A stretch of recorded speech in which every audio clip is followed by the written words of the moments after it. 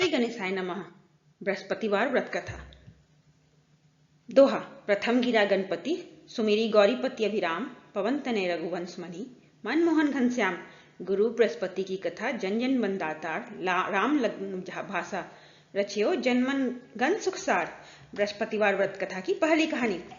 पूर्व काल में एक बड़ा प्रतापी राजा राज्य करता था, जो बड़ा ही दानी और ब्राह्मण गुरु देवता तथा पितरों की पूजा करने वाला था। उसकी साधुता धार्मिकता समस्त देश में प्रसिद्ध हो गई थी। उसके द्वार से कोई याचक निराश होकर नहीं जाता था और वह नित्य देव मंदिरों में दर्शन करने जाता। प्रत्येक गुरुवार को वह बृहस्पति भगवान का व्रत रखकर पीले वस्त्र, पीले फल फूल और नैवेद्य आदि से उनकी पूजा करता हुआ दीन दुखियों में सहायता में सर्वदा तल्लीन रहा करता था। परंतु वह जितना ही धार्मिक था, उसकी रानी उतनी ही अधार्मिक और बुद्धिहीना थी। उसे अपने राजा की यह बातें और धार्मिक दान पुण्य करना अच्छा नहीं लगता था। वह दिन रात अपने ऐश आराम में लगी रहती और मनमाने सब कार्य किया करती थी। दान पुण्य और देव दर्शन तथा दीन दुखियों की सहायता में उसका मन कदापि न लगता। वह धर्म कार्य से राजा को भी मना करती, परंतु वह धार्मिक राजा नियम पूर्वक अपने सब कार्य किया करता था। इसका यह नतीजा था कि राजा की धर्मशीलता से उस रानी का भी कोई अनिष्ट नहीं होता था और सारी प्रजा सुख से अपने अपने घरों में निवास करती थी।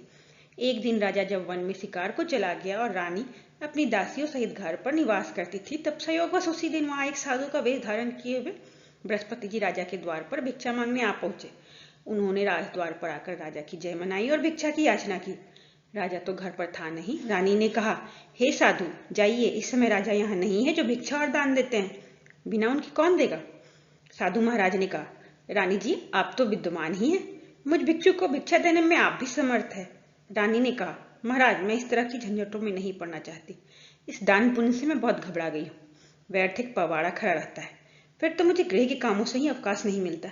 यह सब काम राजा साहब ही करते हैं, उन्हीं के लिए योग्य है। परंतु मैं समझती हूँ कि इस धनी से तो निर्धन रहना ही अच्छा है, क्योंकि यह बहुत सा बखेड़ा तो नहीं करना होगा। क्या आप कोई ऐसा उपाय जानते हैं जिससे यह धन ना रहे और मुझे शांति और चैन मिले?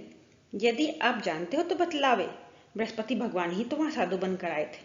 उन्होंने कहा, यह तुम क्या कह रही हो? भला ऐसा भी कोई होगा जिसे संतति और धन ना प्यारा हो? भला इससे भी कोई दुखी होता है?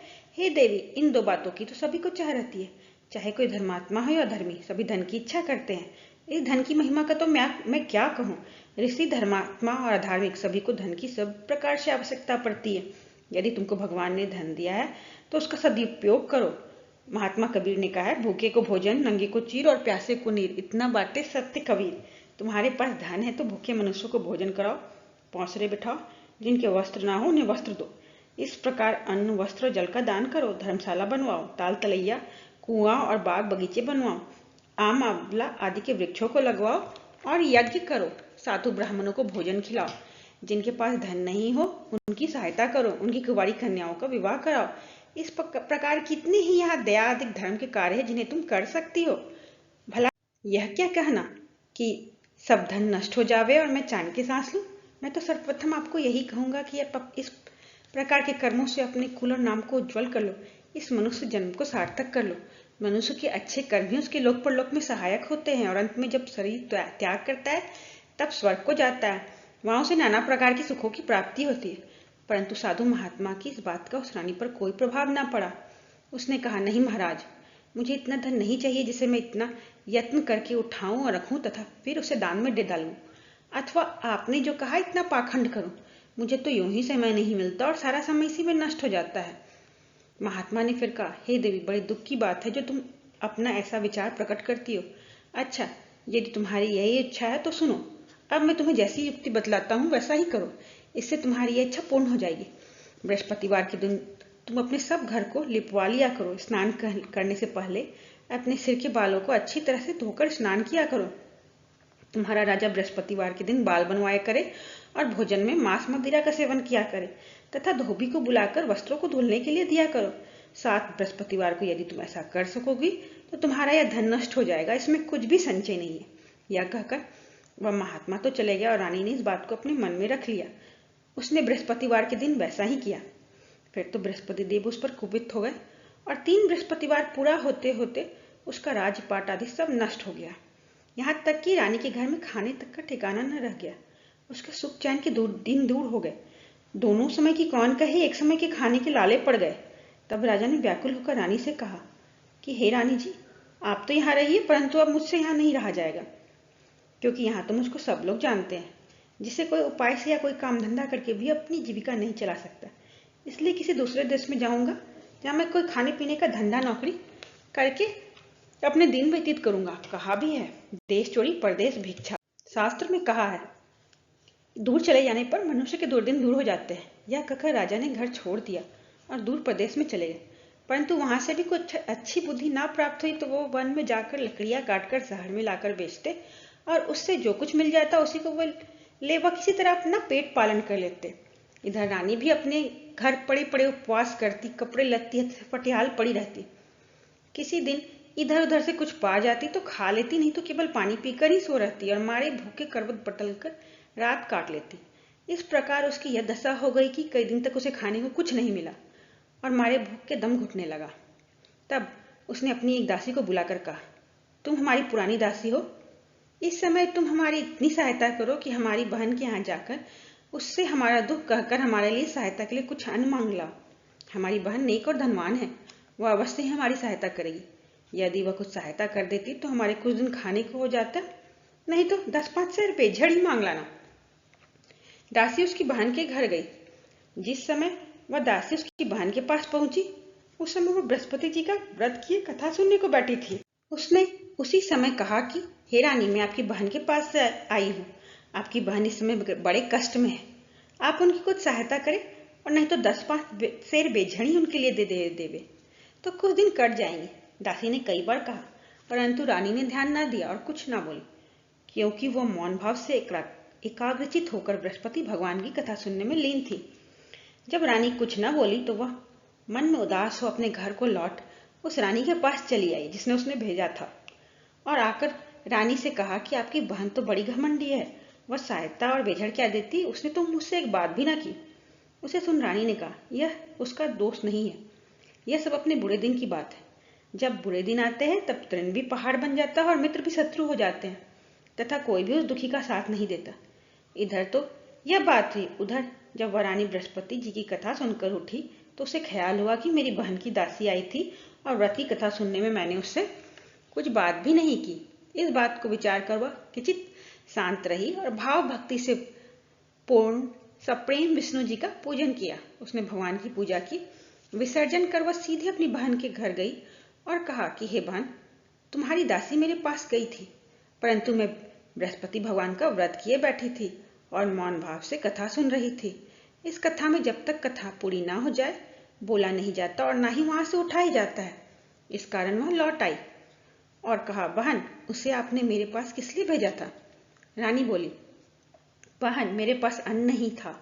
तुम तो जानती हो ही कि इधर हमारे घर की दशा बड़ी शोचनीय हो गई है, इसलिए मैंने दासी को तुम्हारे पास 5 सेर भेजर लेने को भेजा था, परंतु वह खाली हाथ लौट आई। मैंने सोचा कि तुम किसी काम में फंसी होगी जिससे दासी को यूं ही लौटा दिया होगा। रानी बोली, नहीं बहन, उसने तो मुझसे कुछ भी नहीं कहा था, परंतु यह क्या बात है, मैं तो समझती हूँ कि तुम्हारे घर में ही बेझर मौजूद है।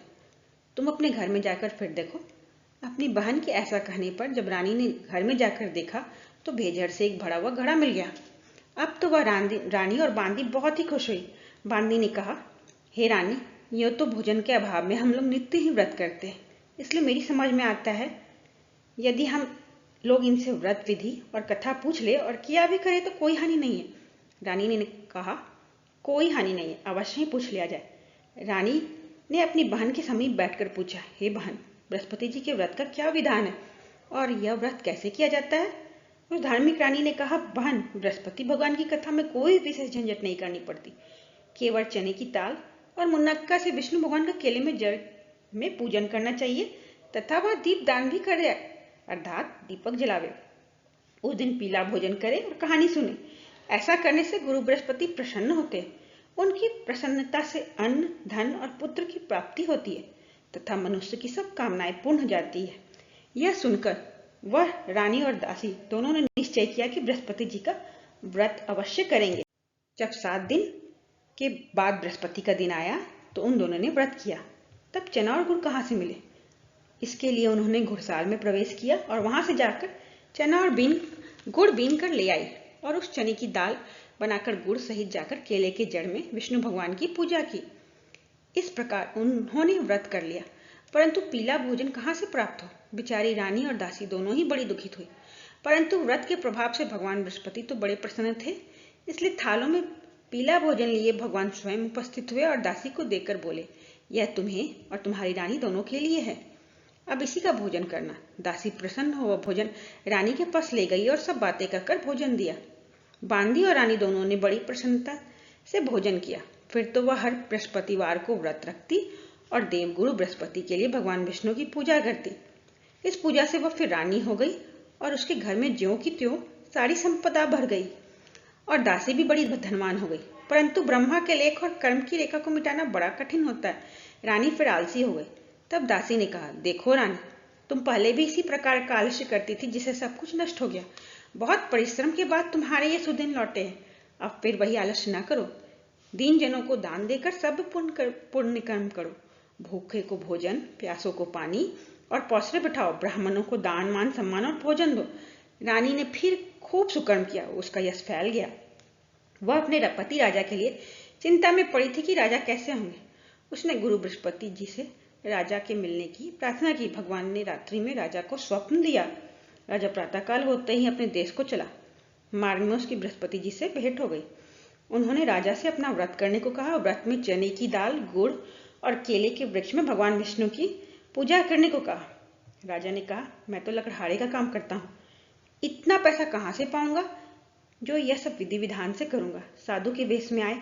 बृहस्पति जी ने कहा, अगले बृहस्पतिवार को तुम व्रत करके देखो तो सही, तुमको रोज से दुगना धन मिलेगा। एक और कहानी। पूर्व काल में एक बड़ा ही गरीब ब्राह्मण था। उसको कोई संतान न थी, कारण कि उसकी स्त्री बड़ी मलिन स्वभाव की थी। प्रातः सोकर उठते ही वह सर्वप्रथम भोजन करती, फिर दूसरा कार्य करती। यह देखकर वह ब्राह्मण बड़ा दुखी रहता। कुछ समय बाद उसकी स्त्री को एक कन्या उत्पन्न हुई। वह कन्या एक कन्या रत्न थी। वह कन्या ज्यों ज्यों बड़ी हुई, उसका स्वभाव निखरता गया। नित्य प्रातः उठते ही वह नित्यक्रम स्नान आदि करती और भगवान विष्णु की पूजा के साथ प्रति बृहस्पति को गुरु बृहस्पति का व्रत भी किया करती थी। जब वह विद्यालय में पढ़ने जाती तो अपने हाथ में एक मुट्ठी जौ भर ले जाती और मार्ग में डाल देती। उसके जब सब जौ सोने के हो जाते और जब वह पढ़कर लौटती तो उन्हें बीन कर अपने घर ले आती। एक दिन वह बालिका जौओं को सूप में रखकर फटकने लगी। तब उसके पिता ने कहा, बेटी, सोने के जौओं को फटकने के लिए सोने का सूप भी होना चाहिए। उसके दूसरे दिन बृहस्पतिवार का दिन पड़ता था। उसने नित्य की भांति गुरु बृहस्पति का व्रत किया और एक मुट्ठी जौ ले जाकर मार्ग में छींट दिया तथा कहा, हे गुरु, यदि मैं सच्चे मन से आपका व्रत करती हूँ तो उसके प्रताप से आप एक सोने का सूप भी दीजिए। जब वह कन्या पाठशाला से लौटकर जौ बटोरने लगी तो गुरु बृहस्पति की कृपा से उस दिन उसे सोने का सूप भी मिल गया। दूसरे दिन जब वह कन्या सोने के सूप में उन सोने की जौ को फटक रही थी तो उस शहर का राजकुमार उधर से आ निकला। वह उस कन्या को देख और उसके रूप, शील एवं गुणों को देखकर उस पर मोहित हो गया और अपने घर पर आकर बीमारी का बहाना करके लेट गया। जब यह समाचार उसके पिता को मिला तब रानी ने आकर उसकी बीमारी के कारण पूछा तो राजकुमार ने बताया कि मुझे कोई रोग या कष्ट नहीं है, मैं केवल यही चाहता हूँ कि जो राजकन्या सोने के जौ को सोने के सूप में फटक रही थी उससे मेरा विवाह हो जाए। राजा ने राजकुमार को समझा बुझाकर शांत किया और कहा, मैं पता लगाकर उसी कन्या से तुम्हारा विवाह कर दूंगा।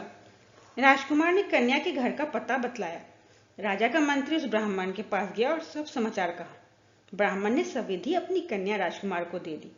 कन्या के जाते ही ब्राह्मण पूर्वतः दरिद्र हो गया। अन्न वस्त्र से दुखी उसका एक एक दिन मुश्किल से व्यतीत होने लगा। एक दिन वह दुखी पिता अपनी कन्या से भेंट करने गया। कन्या पिता की दीनता देखकर बोली कि पिताजी, आप मेरी माताजी को यहाँ लिवा लाइए। मैं उनको वह युक्ति बतलाऊंगी जिससे आपकी गरीबी सर्वदा के लिए दूर हो जाएगी। ब्राह्मण घर गया और अपनी पत्नी को कन्या के घर लिवा आया। कन्या ने अपनी माता को समझाते हुए कहा कि माताजी, आप नित्य प्रातः उठकर नित्य क्रिया से निवृत्त हो स्नान आदि करके भगवान विष्णु की पूजा किया करें तो आपके घर की सारी दरिद्रता दूर हो जाएगी।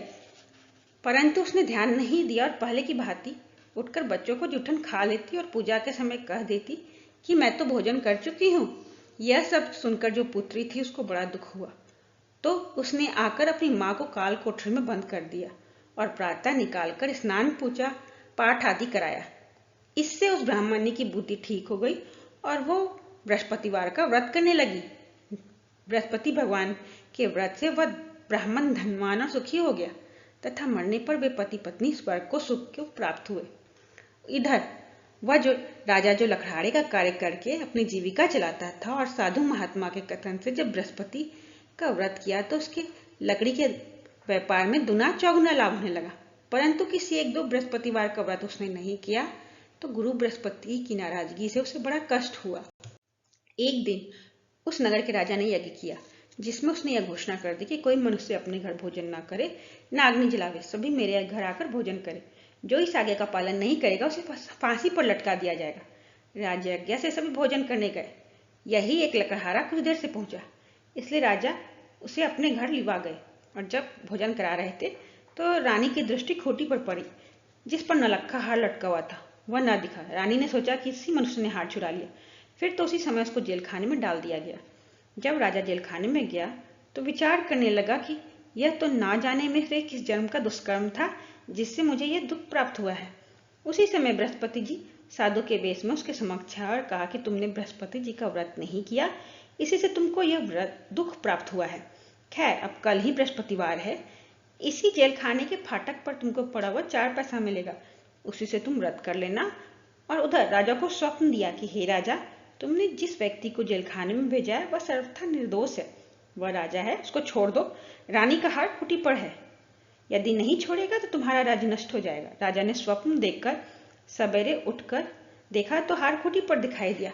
उसे देखकर राजा ने प्रसन्न होकर लकड़हारे को बुलाकर क्षमा मांगी तथा उसे राजा के योग्य सुंदर वस्त्राभूषण देकर विदा किया। राजा अपने नगर को चला गया। जब वहां पहुंचा तो क्या दिखता है कि अब तो यहाँ सब सुख छाया हुआ है। चलते चलते वह घर पर आए। यहाँ रानी ने राजा के स्वागतार्थ पहले से ही बांदी को द्वार पर भेज दिया था। बांदी बड़े स्वागत से राजा को महल में लिवा आई। राजा ने क्रुद्ध हो रानी से पूछा, यह धन वैभव तुमको किस प्रकार मिल गया? उसने कहा, यह सब गुरु बृहस्पति के व्रत करने की महिमा है। राजा ने कहा, बड़ी अच्छी बात है, अब मैं भी यह व्रत नियम पूर्वक करूंगा। और यहाँ तक कि सर्वदा राजा के दुपट्टे में चने की दाल बंधी रहती थी और वह दिन में 3 बार गुरु महाराज की कहानी कहा करता था। एक दिन वह राजा घोड़े पर सवार होकर अपनी बहन के घर उसे देखने चला। मार्ग में उसने देखा कि एक मुर्दे को लेकर कुछ लोग शमशान को जा रहे हैं। राजा ने कहा, अरे भाइयों, जरा ठहर जाओ और बृहस्पति भगवान की कथा सुन लो। उसे सुन उन सबों को आश्चर्य हुआ, परंतु राजा ने कह सुनकर सबको रोक लिया और कहानी आरंभ की। जब कहानी आधी पहुंची तो मुर्दा हिलने लगा और कहानी ज्यों ही समाप्त हुई कि वह राम राम कह के उठ खड़ा हुआ। राजा वहां से आगे बढ़ा तो एक किसान जो हल जोत रहा था, राजा ने उसे अपनी कहानी सुनानी चाहिए तो उसने कहा, वाह, मैं अपना हल चलाऊं कि तुम्हारी कहानी सुनूं। राजा ज्यों ही आगे बढ़ा कि उसके हल के बैलों में से एक बैल बछाड़ खाकर गिर पड़ा और उसके पेट में भयंकर दर्द होने लगा।